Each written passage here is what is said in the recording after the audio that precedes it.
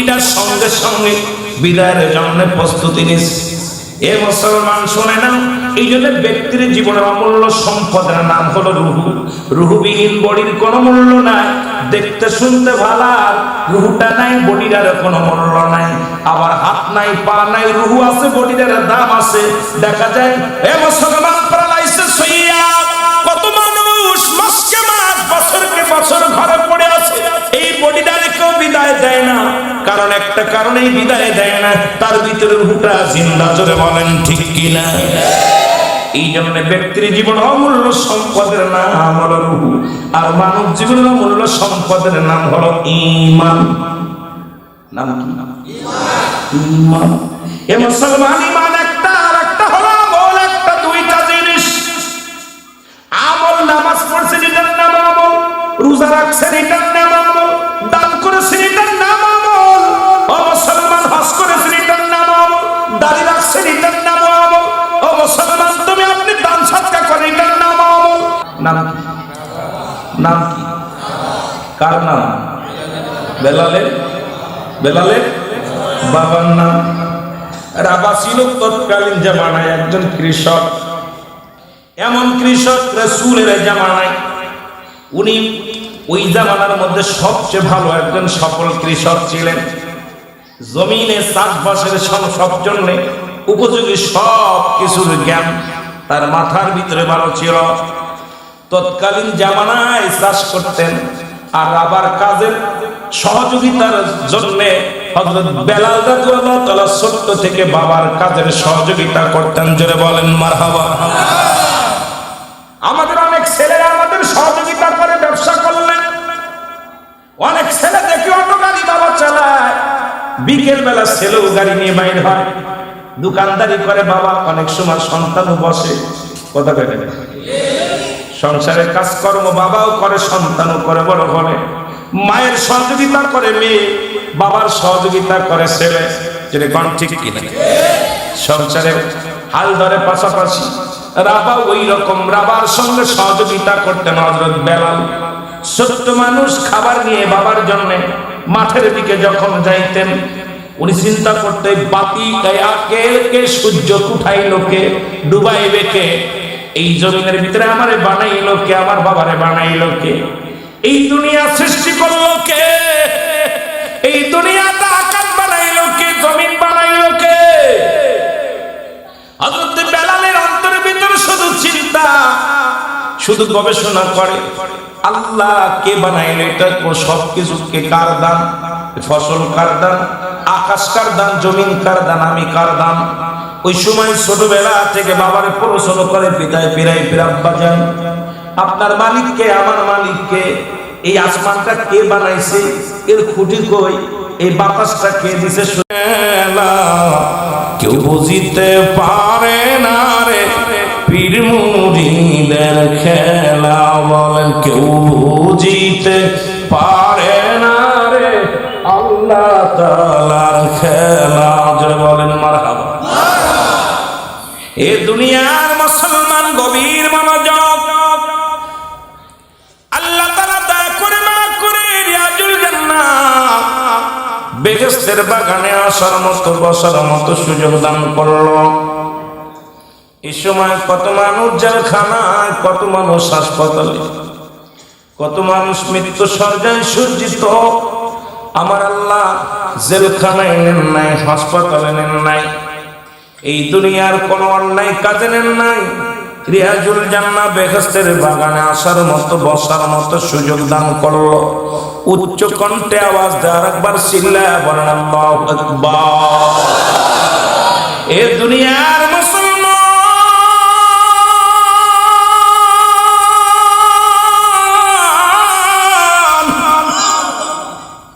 বান্দা যখন রিয়াজুল জান্নাহ বেহেশতের বাগানের দিকে রওনা হয়ে যায়, প্রতিটা কদমে কদমে সগীরা গুনাহ মাফ হয়ে যায়। সুবহানাল্লাহ। বাড়ি থেকে নিয়ত করেছেন আজকে হাকিম সাহেবের বাড়ি রাঙ্গিনায় মাহফিলে যাবেন। এই কালিয়া করাল্লাহ কুতুবদিয়া মোহাম্মদ হাকিম সরদারের বাড়িতে, জান্নাতের জিয়াদি সাহেবের বাড়ি রাঙ্গিনায় জান্নাতের বাগানের নিয়ত করে রওনা দিয়েছেন। প্রতিটা কদমে কদমে আমার আল্লাহ সগীরা গুনাহগুলো মাফ করে দিয়েছে। ও মুসলমান, আমরা শুধু সগীরা গুনাহ করি নাই, পদে পদে করেছি কবিরা গুনাহ।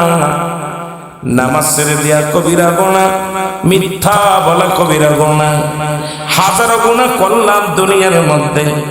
বেগানা মহিলার সঙ্গে দেখা দিয়া কবিরা গুনাহ, বেগানা পুরুষের সঙ্গে দেখা দিয়া কবিরা গুনাহ, হাজার গুনাহ করলাম। আল্লামা কুতুবী রাহমাতুল্লাহ বয়ান করে, বান্দা শুই না লাও, কোথাও যদি জান্নাতের বাগানের সংবাদ শুনতে পাও, ওই জান্নাতের বাগানখানে গুনাহ মাফের দরকার আছে না? এটা সুযোগ। এরপরে সগীরা গুনাহ মাফ করেছে শুধু আশার কারণে। এখন আমরা তো শুধু সগীরা গুনাহ করি নাই, পদে পদে করছি কবিরা গুনাহ। যদি বলি বাবা নামাজ পড়ছেন, পড়ে নেবেন। মিথ্যা একটা রাজা, দুনিয়ার মধ্যে চলচতুরি কত অন্যায় করেছি, এগুলো গুনাহ মাফের দরকার আছে না? আরো জোরে বলেন। কিয়ামত পর্যন্ত কোন নবী আসবে না, কিয়ামত পর্যন্ত তওবার দরজা খোলা। জোরে বলেন ঠিক কিনা? তওবার দরজা খোলা। হক্কানি আলেম ওলামা, হক্কানি পীর মাশায়েখ বিদায় নিয়েছে। শরীয়তে অনেকেই নাই, যারা আছে বর্তমান তাদের সেই মায়া, মুরিদের প্রতি যে মায়া মমতা ভালোবাসা অধিকাংশ জায়গায় পাওয়া যায় না। অধিকাংশ পীর আছে, সেই মুরিদের সাথে সেই ডাইরেক্ট কানেকশনটা নাই, কিন্তু আপন পীর যে মহব্বত পয়দা সৃষ্টি করে দিয়েছিল অন্তরের ভিতরে, এই ভালোবাসাকে আহলে বায়াতের কাছ থেকে অনেক সময় পাওয়া যায় না। যেটা বলেন ঠিক কিনা? দরদি বাবার মতো, যাই বলেন বাবার মতো এমন দরদি ভাই হতে পারে না, চাচা হতে পারে না। বাবা তো বাবাই, মা তো মাই। যেটা বলেন ঠিক কিনা? ভাই তো ভাই।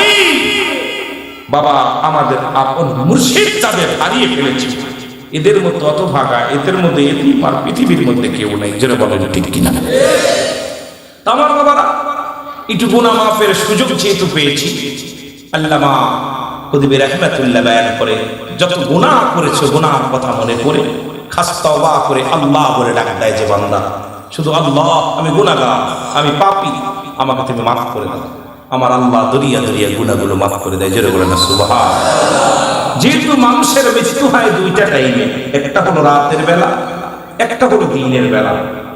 দিন শেষ করেছি, মৃত্যুবরণ করি নাই, রাত শুরু করেছি, মৃত্যুবরণ করি নাই।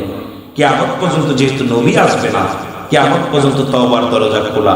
আমরা শুরু থেকে তওবা করে নিই। আস্তাগফিরুল্লাহ রাব্বি মিন কুল্লি যামবিন ওয়া আতুবু ইলাইহি লা হাওলা ওয়ালা কুওয়াতা ইল্লা বিল্লাহি আলিল আযীম। এরে আমি পাপী অপরাধী, মওলা তোমার দয়া চাই, বলেন আমি পাপী অপরাধী, মওলা তোমার দয়া। আপনারা তওবা করেছেন, যারা অন্যায় করেছেন, আজকে গুনাহ খানে হাকিম সাহেবের বাড়ির আঙ্গিনায় সব গুনাহ দাফন করে যাবেন। মাহফিলে যাবো, গুনাহ নিয়ে যাবো, গুনাহ নিয়ে চলে আইতাম, এটার মধ্যে দরকার নেই। যেখানে যাবো গুনাহর বোঝাগুলো একদম ঝরিয়ে দিয়ে আসবো, এই নিয়তটা যেন অন্তরের ভিতর থাকে। সবাই আমার সঙ্গে আফসোস করে বলেন, আমি পাপী অপরাধী, মওলা তোমার দয়া চাই, বলেন আমি পাপী অপরাধী, তুমি যদি না করো দয়া,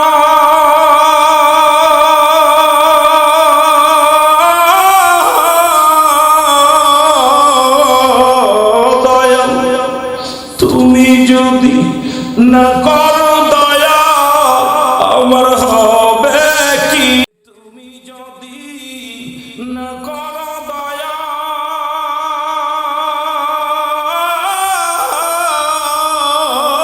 দয়াল তুমি যদি না করো দয়া, আমার হবে কি উপায়? আমি পাপী অপরাধী, মওলা তোমার দয়া চাই, বলেন আমি পাপী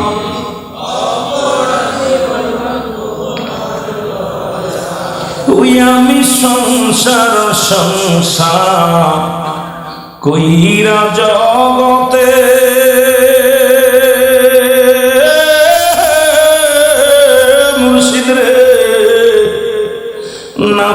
পাইলাম ইবাদত করতে মওলার দারে। আমি কঠিন দিনে পড়লে ধরা, আমি কঠিন দিনে পড়লে ধরা, হবে তখন কি গতি। আমি পাপী অপরাধী মওলা তোমার দয়া সেই বলেন আমি পাপী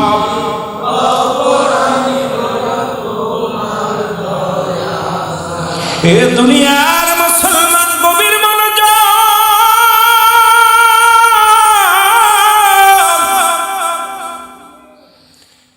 কারণ নবী লাগবে কবরে, নবী লাগবে মিজানে, নবী লাগবে ফুলসিরাতে, নবী লাগবে ইয়াউমুল কিয়ামতের ময়দানে। নবী বিনে কোনো বান্ধব নাই, নবী বিনে কোনো দরদি নাই। এই জন্য আপন মুর্শিদ বলতো বাবা নবীজির প্রেম ভালোবাসা যার অন্তরে যতটুকু তার ঈমান বলতে ততটুকু। নবীজির প্রেম ভালোবাসা যার অন্তরে নাই তার ঈমান বলতে কিছু নাই, সরাসরি বেঈমান। জোরে বলেন ঠিক কি না? এর নবীজির প্রেম ভালোবাসা যার অন্তরের ভিতরে নাই ঈমান বলতে কিচ্ছু নাই। একটা হলো ঈমান আর একটা হলো আমল। ব্যক্তির জীবনের অমূল্য সম্পদের নাম হলো ঈমান। ব্যক্তির জীবনের অমূল্য সম্পদের নাম হলো মুসলমানের রূহ। আর মানব জীবনের অমূল্য সম্পদের নাম হলো ঈমান। জোরে জোরে চিল্লায় বলা যাবে আল্লাহু আকবার। রূহবিহীন যেমন বডির কোনো মূল্য নাই, ঠিক কি না? এই জন্য ব্যক্তির জীবন অমূল্য সম্পদের নাম হলো রূহ, আর মানব জীবনের অমূল্য সম্পদের নাম হলো ঈমান। নাম কি? ঈমান। এ মুসলমান ঈমান একটা, আর একটা হলো আমল। একটা দুইটা জিনিস। আমল নামাজ পড়ছেন এটার নাম আমল, রোজা রাখছেন এটার নাম আমল, দান করেছেন এটার নাম আমল, ও মুসলমান হজ করেছেন এটার নাম আমল, দাড়ি রাখছেন এটার নাম আমল, ও মুসলমান তুমি আপনি দান সাদকা করেন এটার নাম আমল। ঈমানের দরকার। আপন পীর বলে বাবা ঈমান হলো, খাজা এনায়েতপুর বলে বাবা ঈমান হলো, ঈমান হলো নবী মুহাম্মদুর রাসূলুল্লাহ। জোরে জোরে চিল্লায় বলেন সাল্লাল্লাহু আলাইহি ওয়াসাল্লাম। বুঝছেন নি কথা বলছে? ঈমান আগে দরকার না আমল দরকার আগে? ঈমান যার নাই কিসের আমল? বডি যার নাই তার তো কাপড়ের প্রয়োজন নেই। কাপড় গায়ে দিছি কিসের জন্য? বডি আর থাকার কারণে। তাই ঈমান প্রতিটা মানুষের আমলের মূল ধারা হলো ঈমান। আমলের মূল ধারা হলো ঈমান। ঈমান যার নাই কিসের আমল, কিসের দাড়ি, কিসের টুপি, কিসের লিবাস, কিসের পাঞ্জাবি, সব কিছুর মূলে হলো ঈমান। আর ঈমানটা কি? নবী মুহাম্মদুর রাসূলুল্লাহ সাল্লাল্লাহু আলাইহি ওয়াসাল্লাম। জোরে জোরে চিল্লায় বলেন মারহাবা। এই জন্য এনায়েতপুরি হুজুর বলতেন, আমার কেবলা জান বলতেন, আরে ঈমান আমল আমার নবী মুস্তাফা গো। ঠিক কি না? জোরে বলেন না তরিকা দাদা। ঈমান আমল আমার নবী মুস্তাফা। জাহান্নামে পড়ে থাকি তবুও না ভয় করি, ইশকে মুহাম্মাদের মালা যদি গলে রয় গো। ঈমান আমল আমার নবী মুস্তাফা। কঠিন ব্যাপার। দাদু পীর কেন বলতেন? দাদু পীর এইরকম, দাদু পীর জেগে জেগে ডাকাইতেন এনায়েতপুরি কেবলা জান হুজুর বলতেন ঈমান আমল আমার নবী। এই জন্য জাকরানদের নবীর কথা শুনলেই চোখ দিয়ে পানি ঝরঝর করে চলে আসে। নবীর এসকে শিখাইছেন, নবীর দরবারে গেলে শেখা আমল, আর এনায়েতপুরের দরবারে শেখা আগে হলো ঈমান। ঈমান শিখানোর পর আমল শিক্ষা দেয়। জোরে বলেন ঠিক কি না? ওরে যার ঈমান নাই তার কোনো আমল নাই। বডি না থাকলে জামাতে হবে কি? এই জন্য আমার দাদু পীর জিন্দা পীর এনায়েতপুরি এ মুসলমান শিক্ষা দিছে সর্বপ্রথমই হলো ঈমান। জোরে বলেন ঠিক কি না? বুঝার হাকিকত বোঝা দরকার। আমি ওদিকে গেলে আমি আলোচনা করে শেষ করতে পারবো না। এই জন্য আমার সাবজেক্ট হলো হযরত বেলাল রাদিয়াল্লাহু তাআলা জীবনী। এই জন্য আপনাদের আবার দিয়ে দিয়েছেন সাবজেক্ট, না কইলে কবে হুজুর কি তা কইল বা এটা তো বুঝলাম না। এই জন্য আমি আপনাদেরকে নিয়ে চাইছিলাম কিছু বাস্তবমুখী কিছু আপনার তাসব্বুপন্থী কিছু কথা বলা, যেটা আমাদের একান্ত প্রয়োজন, যেটা আমাদের জানা প্রয়োজন, যেটা আমাদের একান্ত দরকার, ঠিক কিনা? এগুলো আমাদের অনেক প্রয়োজন। কারণ তরিকাতের যে আমল আছে, তরিকাতের যে ভাবমূর্তি আছে, সেগুলো আমাদের শিক্ষা দিতে হবে। শিক্ষা দিতে বলে উলামায়ে আমাদের এগুলো নিয়ে রিসার্চ করতে হবে, গবেষণা করতে হবে। তবে বাবারা আমার এগুলো রিসার্চ না করলে, এগুলো আলোচনা না করলে আপনারা বুঝবেন না। এই জন্য এগুলো নিয়ে আমাদের বেশি বেশি রিসার্চ করতে হবে, আলোচনা করতে হবে। একটু মহব্বতের সঙ্গে দুরূদ শরীফ পড়েন, আল্লাহুম্মা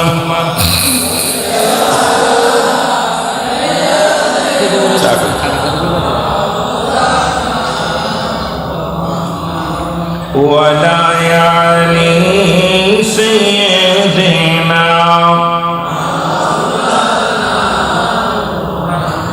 এ আমি জানি গো মুর্শিদ প্রেমের আছে কত জ্বালা, যারা বলেন ঠিক কিনা?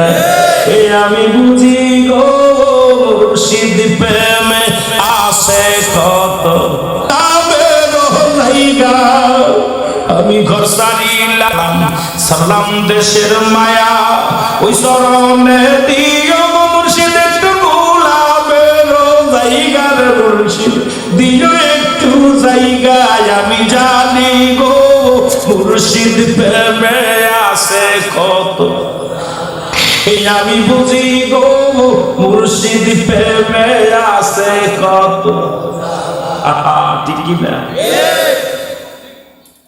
এগুলো বুঝা উনি খালি মুসলমান গভীর মনোযোগ, যদি সময় পাবার যাব কালেমা পড়েন লা ইলাহা ইল্লাল্লাহ মুহাম্মাদুর রাসূলুল্লাহ, জোরে জোরে চিল্লায় বলেন সাল্লাল্লাহু আলাইহি ওয়াসাল্লাম। লা ইলাহা নাই কোন ইলাহা ইল্লাল্লাহ, এক আল্লাহ ছাড়া, কি আল্লাহ ছাড়া, মুহাম্মাদুর রাসূলুল্লাহ সাল্লাল্লাহু, আল্লাহ প্রেরিত রাসূল হলো হযরত মুহাম্মাদুর রাসূলুল্লাহ সাল্লাল্লাহু আলাইহি ওয়াসাল্লাম। জোরে জোরে চিল্লায় বলা যাবে না মারহাবা? বেলাল ইবনে রাবাহ, হযরত বেলালের বাবার নাম হলো রাবাহ। নাম কি? নাম কি? কার নাম? বেলালের বাবার নাম রাবাহ ছিল তৎকালীন জামানায় একজন কৃষক। এমন কৃষক রাসূলের জামানায়, উনি ওই জামানার মধ্যে সবচেয়ে ভালো একজন সফল কৃষক ছিলেন। জমিনে চাষবাসের সব জন্য উপযোগী সব কিছুর জ্ঞান তার মাথার ভিতরে ভালো ছিল। তৎকালীন জামানায় চাষ করতেন, আর আবার কাজের সহযোগিতার জন্য হযরত বেলাল রাদিয়াল্লাহু তাআলা ছোট্ট থেকে বাবার কাজের সহযোগিতা করতেন। জোরে বলেন মারহাবা। আমাদের অনেক ছেলেরা আমাদের সহযোগিতা করে ব্যবসা করলেন, অনেক ছেলে দেখি অটো গাড়ি বাবা চালায়, বিকেল বেলা ছেলেও গাড়ি নিয়ে বাইর হয়, দোকানদারি করে বাবা, অনেক সময় সন্তানও বসে, কথা কেটে সংসারের কাজকর্ম বাবাও করে, সন্তানও করে, বড় হলে মায়ের সহযোগিতা করে মেয়ে, বাবার সহযোগিতা করে ছেলে। যেটা কোন ঠিক কিনা? সংসারের হাল ধরে পাশাপাশি রাবা ওই রকম রাবার সঙ্গে সহযোগিতা করতেন হযরত বেলাল। ছোট্ট মানুষ খাবার নিয়ে বাবার জন্য মাঠের দিকে যখন যাইতেন, উনি চিন্তা করতেন বাতি কে সূর্য উঠাইলো কে, ডুবাইবে কে, এই জমিনের ভিতরে আমারে বানাইলো কে, আমার বাবারে বানাইলো কে, এই দুনিয়া সৃষ্টি করলো কে, এই সূর্যকে দিছে। বেলালের বাবা সুদ্ধা ভাষাটা দিয়ে বলে, বাবা ধৈর্য ধরো, এগুলো সব তো আমি করেছি, যেহেতু আমার মরলা আমি করেছি, আমার মালিকে করেছে, যিনি আমার বস, যিনি আমার প্রধান, উনি করেছে। বেলাল কয় না না, আমার কেন যেন মনে হয় এগুলোর পিছনে একটা রহস্য আছে। সেই রহস্যটা হলো, সেই রহস্যটা আমাকে খুঁজতে হবে, সেই রহস্যটা আমার জানতে হবে যে গোটা পৃথিবীর রবকে, এই গোটা পৃথিবী কার নিয়ন্ত্রণে চলে, আর তিনি কে, তিনি স্রষ্টা কে, তাকে আগে খুঁজতে হবে। জোরে জোরে চিল্লায় বলা যাবে না আল্লাহু আকবার। হযরত বেলাল ছোট্ট মানুষ, এখনো হযরত হয় নাই। হযরত শব্দ অর্থ সম্মান, এই জন্য সম্মান দিয়ে কথা বলতে যেহেতু আজকে রাসূল, এই জন্য সম্মানের সঙ্গে এখনই বেলালকে ছোট্টবেলা থেকে হযরত বেলাল মুসলমান ঘোষণা নাও, গভীর মনোযোগ। বেলাল গবেষণা শুরু করে দিল। বাবাকে জিজ্ঞাসা, বাবা গো, বাবা তুমি বলো কে এগুলোর মালিক? কেন তোর মালিক আমি, তোর মার মালিক আমি, জমিনের মালিক আমি, সব কিছুর মালিক আমি। কে যেন বিলালকে শেখায় দেয়, বেলাল না, এই পৃথিবীর মধ্যে সব কিছুর মালিক আমার আল্লাহ, তিনি স্রষ্টা, তাকে দেখা যায় না, আমরা সৃষ্টি, আমার রব হলো স্রষ্টা। জোরে জোরে চিল্লায় বলা যাবে না মারহাবা। আল্লাহ বলেন আল্লাহু সামাদ লাম ইয়ালিদ ওয়া লাম ইউলাদ ওয়া লাম ইয়াকুল লাহু কুফুয়ান আহাদ। জোরে জোরে চিল্লায় বলা যাবে না মারহাবা। আল্লাহ বলেন ডাক দে হাবিব, আমি আল্লাহ এক, আমি আল্লাহ। আল্লাহ কয়জন? জোরে বলেন কয়জন? এই আল্লাহ তোমায় খুঁজতে যাইয়া পড়ে গেছি বিষম দায়। তুমি মানুষ দিয়া মানুষ বানাও, তুমি মানুষ দিয়া মানুষ বানাও, তুমি থাকো কোন জায়গায়? মাওলা তোমায় খুঁজতে যাইয়া পড়ে গেছি বিষম দায়। জোরে বলেন ঠিক কি? ফাবিয়ানফুসিকুম আফালা তাফসিরুন। এই আমার পীর বলছেন, আপনার পীর বলছেন, তোমার নিদর্শন, আমার নিদর্শন, আল্লাহর নিদর্শন কোথায় আছে? মুমিনের কলবে। জোরে বলেন ঠিক কিনা? সেই কলব চিন্তা মানুষের বাধ্যদের নিচে একটা হাড়, আর নিচে একটা গোস্ত, গোস্তটাকে বলে কল, ইংলিশে বলে হার্ট, বাংলায় বলে হৃৎপিণ্ড, আরবিতে বলে কল। এটা যাদের পবিত্র, সমস্ত দেহ রাজ্য পবিত্র। জোরে বলেন মারহাবা। কলবের বাড়ি খুঁজতে হইলে ওলির কাছে যাওয়া লাগে। এনায়তপুরে যায় খুঁজা দেখো, আটকুশি যায় খুঁজা দেখো, সুন্দরবনে যায় খুঁজা দেখো, এই এনায়তপুরে সিলসিলার মধ্যে শাহিনশাহ নকশবন্দি মুজাদ্দিদ দিয়া এই তরিকার মধ্যে খুঁজে দেখো, পাইবে পাইবে। শাহিনশাহ তরিকার মধ্যে ডুব দাও, অবশ্যই পাইবে। কলবের বাড়ি পাবা, কলবের বাড়ি পাবা। আর কলবের বাড়ি যদি না পাও, জিন্দা না করতে পারো, এই মরা দেবে জিন্দা না হইবে। তোর কলব কোথায়, মৌলার বাড়ি কোথায়, এগুলো খুঁজতে হলে প্রেম দরিয়ায় ডুব দেওয়া লাগবে। জোরে বলেন ঠিক কিনা? আর একটু জোরে বলেন। রাগ করেন নি? রাগ করেন? আমি কই শরীয়তের আলেম রায়ও বসিয়ে গেছে। আমরা শরীয়তে কামেল ডিগ্রি করেছি, ভয় নাই। তোমরাও যা পড়েছি আমরাও তা পড়েছি। পাশাপাশি তাসাউফের বিদ্যা, সিনাই সিনা জ্ঞান অর্জন করেছে, যেটা এটা তুমি অর্জন করতে পারো না। আর এটা না অর্জন করতে পারলে তুমি থাকবা সারা জীবন অন্ধ। জোরে বলেন ঠিক কি? এই যে তাসাউফ যে জানে না, তাসাউফ যে মানে না, এই মৌলবীর পিছে নামাজ হবে না। তাসাউফ অস্বীকারী কোন ইমামের পিছে নামাজ পড়া যাবে না। তাসাউফ ভিত্তি সবাই আমরা নামাজ পড়তে হবে, তাসাউফ ভিত্তি আলেমের পিছনে। এই জন্য আমাদেরকে তাসাউফের জ্ঞানটা শেখার দরকার।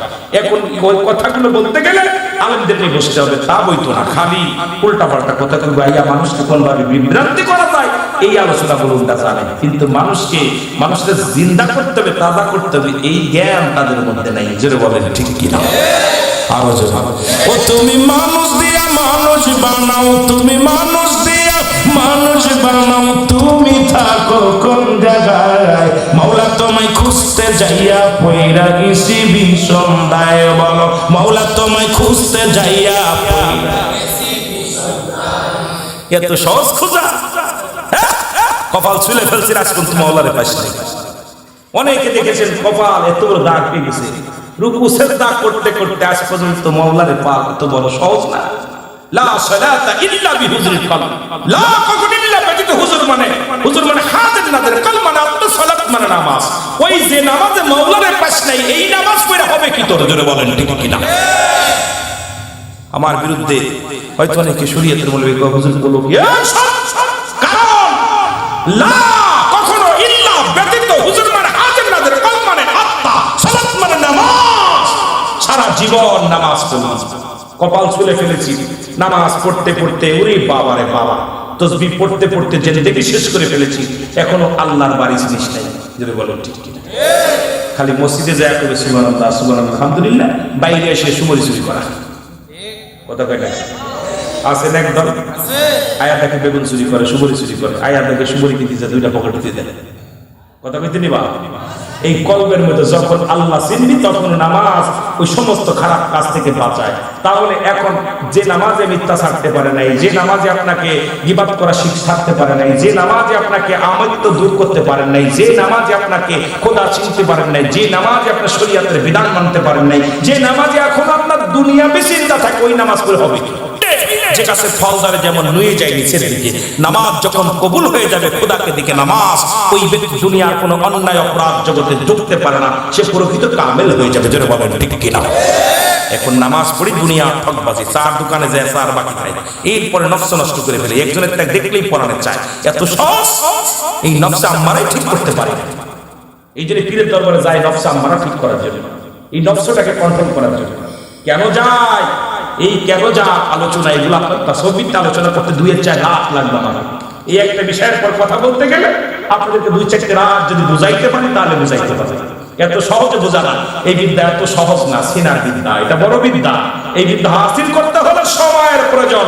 এই জন্য 12 বছর গোলামি করলে পীরের দরবারে পশুত্ব আসে, আর 12 বছর গোলামি করলে পশুত্ব দূর হয়, আর 12 বছর গোলামি করলে 3-36 বছর গোলামি করার পর কিছু পাওয়া যায়। দরই যে ফাল দাও, তাই না? অনেকে পীরের দরবারে গোলামি করলে হয় হিরো না হয় জিরো। অনেকেই জিরো হয়ে যায়, আমি তো ঢুকে যাই যখন আমি পীরের দরবার বড় খাদেম, পীরের দরবারে আমি বড় মুনাফিক, সব দূর হয়ে যায়। এই জন্য আমির তো দূর করার জন্য পীরের দরবারে যা, আর আমির তো যে ব্যক্তি দূর করতে পারে না, পীর মুরিদি করেও লাভ নেই। জোরে বলেন ঠিক কিনা? আমির তো দূর করতে পারে নাই, যে কথা বলছে ফকর বলি, এই তো দায়িত্ব নিয়ে আল্লাহর দপ্তরে খালি পায়ে ঘোরাঘুরি করি, দায়িত্ব যে রওজা পাকে চোখের পানি ছেড়ে খালি, দেখেন ধুলাবালির মধ্যে ঘোরাঘুরি করি, বাড়ি ছেলে মেয়ে পরিবার পরিজন ফেলে থুয়ে আপন পীরের দরবার আল্লাহকে পাওয়ার জন্য। পীর কোনো মাকসুদ নাই, মাকসুদ সব আল্লাহ। আল্লাহকে পাওয়ার জন্য পাগল পারাপার হয়ে যায়। জোরে বলেন ঠিক কিনা? এমনি আর যাই না। এই জ্ঞানের কথাগুলো শুনতে হবে, এই জ্ঞানের কথাগুলো জানতে হবে। আমাদেরকে কে জানাবে? আইসা তো কিস্তা কাহিনী বইলে আমরা চলে যাই, এই যে আমাকে এটা দিচ্ছেন এরকম কিস্তা বইলে চলে যাবো। তবুও আমাদের এইগুলো তাসাউফের আলোচনাগুলো গুরুত্ব দরকার, অতিও গুরুত্ব দরকার, কারণ আমাদের জানতে হবে, বুঝতে হবে, মানতে হবে। যেটা বলে ঠিক কিনা? আমার বাবারা একটু মহব্বতের সঙ্গে দুরূদ শরীফ পড়েন। আল্লাহুম্মা চলো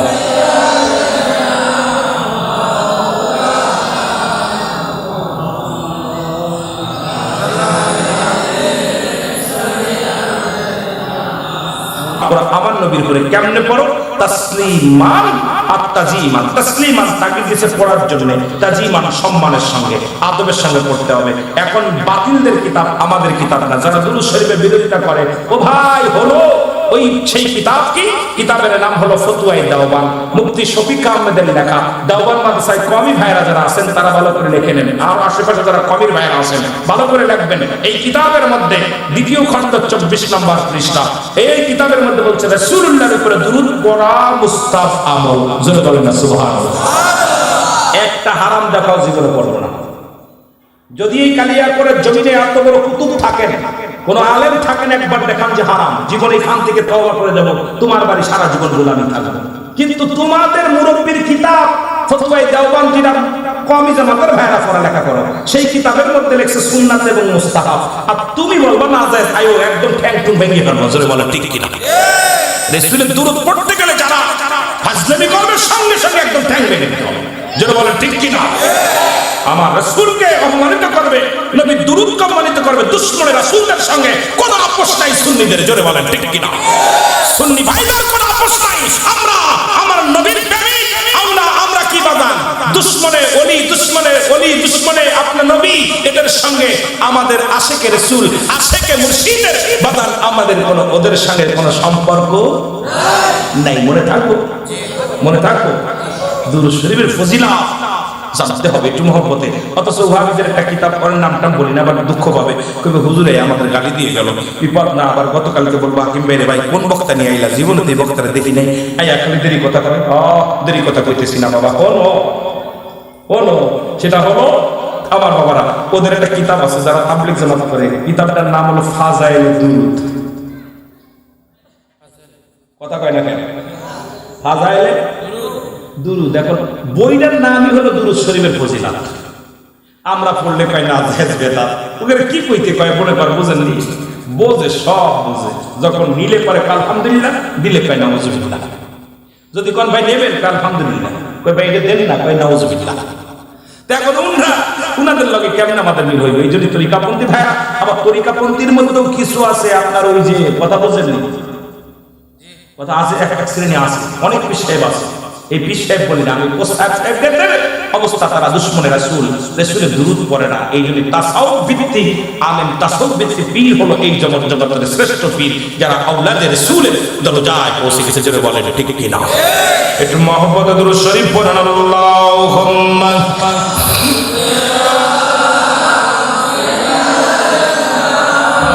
মারহাবা মারহাবা, এই তাওয়াজ হচ্ছে ওয়ালা ইয়া।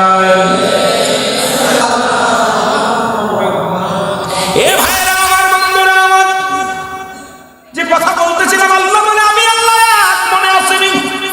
বন্ধু আল্লাহ সূরা পয়রা চলে গেছে অন্যদিকে। আল্লাহ বললেন আমি আল্লাহ এক। পৃথিবীর মধ্যে কাউকে জন্ম দিই নাই, কারো থেকে জন্ম নিই নাই। সুতরাং আসমান জমিনের ভিতরে আমার সমতুল্য, আমার সমকক্ষ কেউ নাই। ঠিক কি? আল্লাহ কয়জন? আরো জোরে বলেন কয়জন? আপনাদের কয়জন আল্লাহ? আমাদের কয়জন আল্লাহ? আমরা ডাকি কারে? হায়াতের মালিক কে? রিজিকের মালিক কে? সম্মানের মালিক কে? বাঁচানোর মালিক কে? সব কিছুর মালিক হলো আমার আল্লাহ। আল্লাহ কয় বান্দারে আমি ছাড়া কেউ নাই, আমি হলাম আসমান জমিনের মালিক, আসমান জমিনের মালিক, পৃথিবীর মালিক, কুল কায়নাতের মালিক। আর কাউকে আমি জন্ম দিই নাই, কারো থেকে জন্ম নিই নাই। আসমান জমিনের ভিতরে আমার সমতুল্য সমকক্ষ কেউ নাই। মুসলমান শুনে নাও, দিলের কান্না লাগাও, শুনে নাও, সেই আল্লাহর গোলামি করতে দেয়া হযরত বেলাল কি বলে?